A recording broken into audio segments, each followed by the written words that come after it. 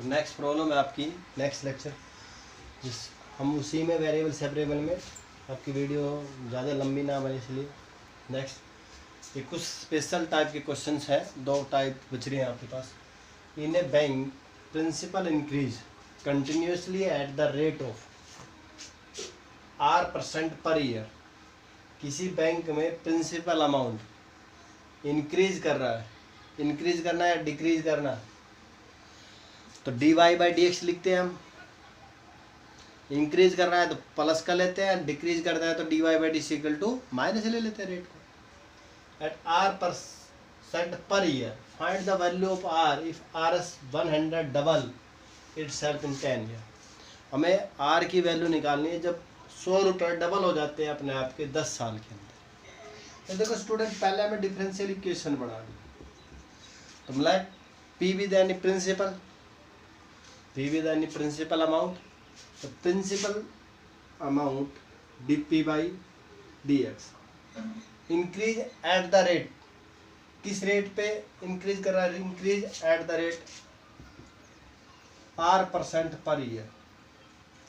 R/100 R% per year. किसका? Principal. भाई P आपने प्रिंसिपल माना है ना, और T x की जगह T ले लो भाई, क्योंकि टाइम की बात कर रहा है।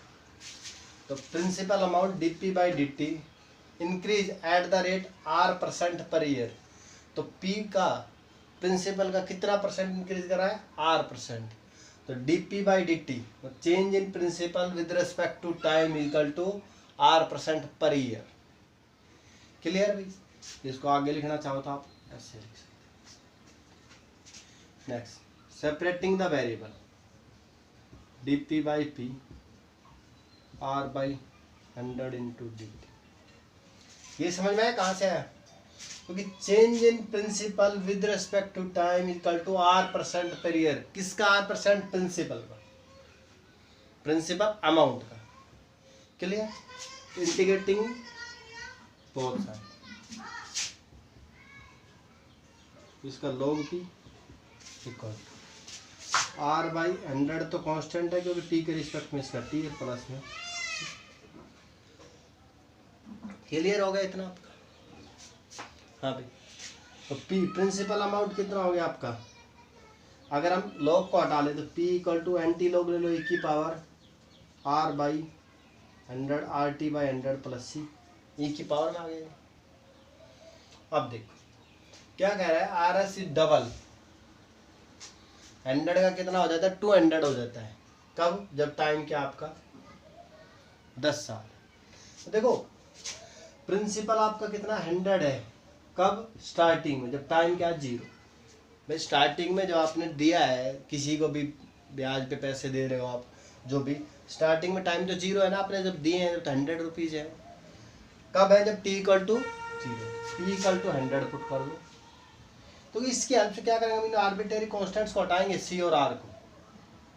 e की पावर r, t कितना है 0/100 प्लस c। क्लियर? तो ये क्या हो गया आपका 100 इक्वल टू, ये तो 0 हो गया, तो e की पावर में है तो बचा क्या? e की पावर c बच गया। अब इसका log ले ले दोनों साइड, तो log 100 इक्वल टू c। इधर log से ही कैंसिल हो गया, तो log 100 की वैल्यू इसकी पावर 2 होता है log इसकी वैल्यू, क्योंकि ये log 10 की पावर 2 इक्वल टू c। तो 2 आगे आ जाएगा, log 10 का होता है 1 होता है, तो c इक्वल टू 2, c आ गया आपका 2। तो ये इक्वेशन क्या बन गई आपकी? p इक्वल टू e की पावर RT/100 प्लस 2। क्लियर? इस कंडीशन से अब क्या कह रहा है वो जो आपके पास है कि double it self in 10 year. तो R निकालना आपने, find the value of R if 100 is double it self in 10 year. तो 100 का कितना हो जाएगा आपका प्रिंसिपल अमाउंट? 200 हो जाएगा जब टाइम t कितना है 10 ईयर, और आपने R निकालना है तो निकाल लो। t कितना हो गया आपका 200 आर ई की पावर टी कितना देगा 10 ईयर 500 प्लस 2। अगर आप ई में ना लेना चाहें तो इधर इसमें सोल्व करना चाहें तो इसमें भी सोल्व हो जाएगा, कोई प्रॉब्लम नहीं। क्लियर? तो 200 इक्वल टू ई की power R by 10 plus 2। Again log ले लो, लॉग 200, इधर लॉग से कैंसिल हो जाएगा आर बाई 10 प्लस 2। बाकी अगर इस फॉर्म में ना लें आप तो कोई प्रॉब्लम नहीं है, इधर से सीधा भी सोल्व हो जाएगा। तो फिर भी हमें उसी फॉर्म में लेके आना है। पी को यहाँ पर 100 पुट किया हमने, टी को 0 पुट किया। क्लियर? कंफ्यूज ना होना, ठीक है। तो ये क्या हो गया आपका, log 200 को 2 इंटू 10 की पावर 2 लिख सकते हैं। क्लियर? हाँ भाई, तो इधर से क्या कर सकते हो, log m इंटू एन का फॉर्मूला लगा दो, equal to R by 10 plus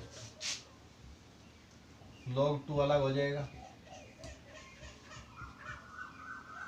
log 100 की पावर 2 अलग हो जाएगा, आर बाई 10 प्लस 2। ये तो फिर 2 ही बनेगा, log 2 और इसकी वैल्यू 2 आ जाएगी, आर बाई 10 प्लस 2 से 2 जाएगी। आर इक्वल टू 10 इंटू में log 2, आर आ गया। log 2 की वैल्यू आपको दे रखी इसने, तो R equal to 10 into log 2 की वैल्यू 0.6931, आर इक्वल टू 6.931। तो ये आपका रेट ऑफ इंटरेस्ट होगा, जो रेट होगा। आर कितना है 6.931%।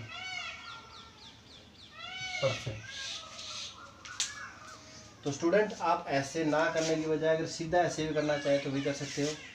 टी को 100 पुट करोगे, टी को 0 पुट करोगे, सी की वैल्यू कितनी आ जाएगी 2 आ जाएगी आपकी। क्लियर?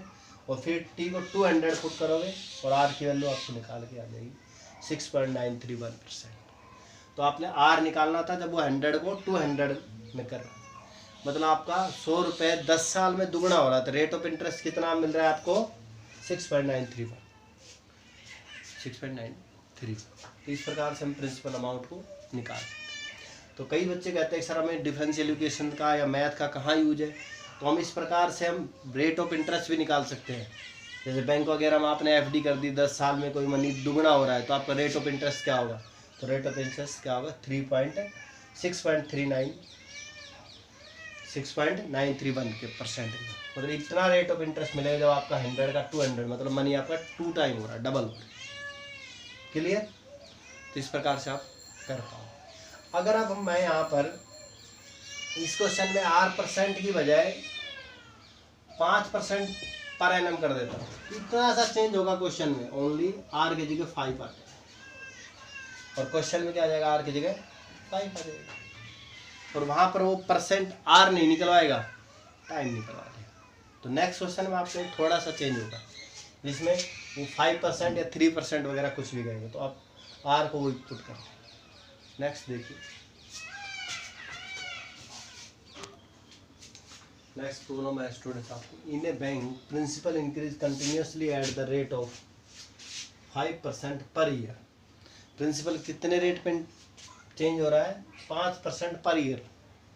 यहाँ पर अमाउंट परसेंटेज दे दिया उसने, क्या रेट ऑफ इंटरेस्ट आपका, an amount of 1000 is deposited with this bank, how much will it worth after 10 year।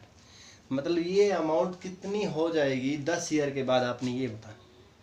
यहाँ पर आपने पिछले क्वेश्चन में आपने रेट ऑफ इंटरेस्ट की बात की थी कि अगर वो अमाउंट दुगनी हो जाती है 10 साल में तो रेट ऑफ इंटरेस्ट क्या लगेगा। अब क्या करें, अगर रेट ऑफ इंटरेस्ट तो 5% दे रखा है उसने, बट आपने बताना क्या है कि after 10 year what will be that amount. तो ये 10 साल बाद ये अमाउंट क्या हो जाएगी। तो देखो, change in principal dp by dt with respect to time is constant at 5%। 5% हो गए 5 के लिए 5% पर एनम चेंज हो। चेंज इन वेरिएबल कर लो, सेपरेटिंग द वेरिएबल।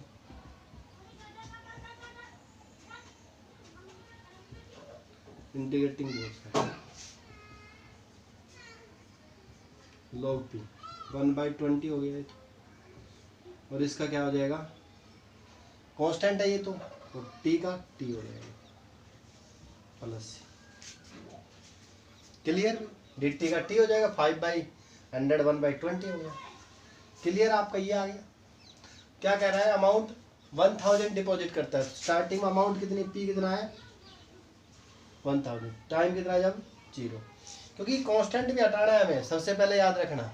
और कांस्टेंट हटाने के लिए आपको ये पता है कि स्टार्टिंग अमाउंट 1000 1000 रुपये जमा कर रहा है वो, जब टाइम क्या है 0 t टाइम होने से आपका c निकल जाएगा। c आने के बाद आप p निकाल सकते हो आराम से। देखो log p की जगह 1000 1/20 t की जगह 0 प्लस c, तो c की वैल्यू कितनी आ गई log 10 की power 3, that means 3 log 10। log 10 क्या होता है, log द बेस e है जनरल लॉग, इसकी वैल्यू क्या होगी 1 होगी। तो c इक्वल टू, तो c की वैल्यू कितनी आ गई आपकी 3 आ गई। तो क्या आ गया आपका log p equal to 1/20 t, c की जगह 3।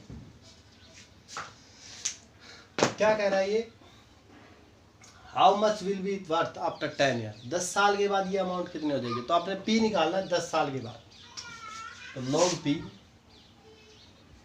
इक्वल टू 1/20, t कितना रखना है 10 साल, 1000 का कितना हो जाएगा आपका, तो आप निकाल लेंगे p, तो t को पुट कर देंगे, log p ये हो जाएगा 1/2। क्लियर, नेक्स्ट आपका होगा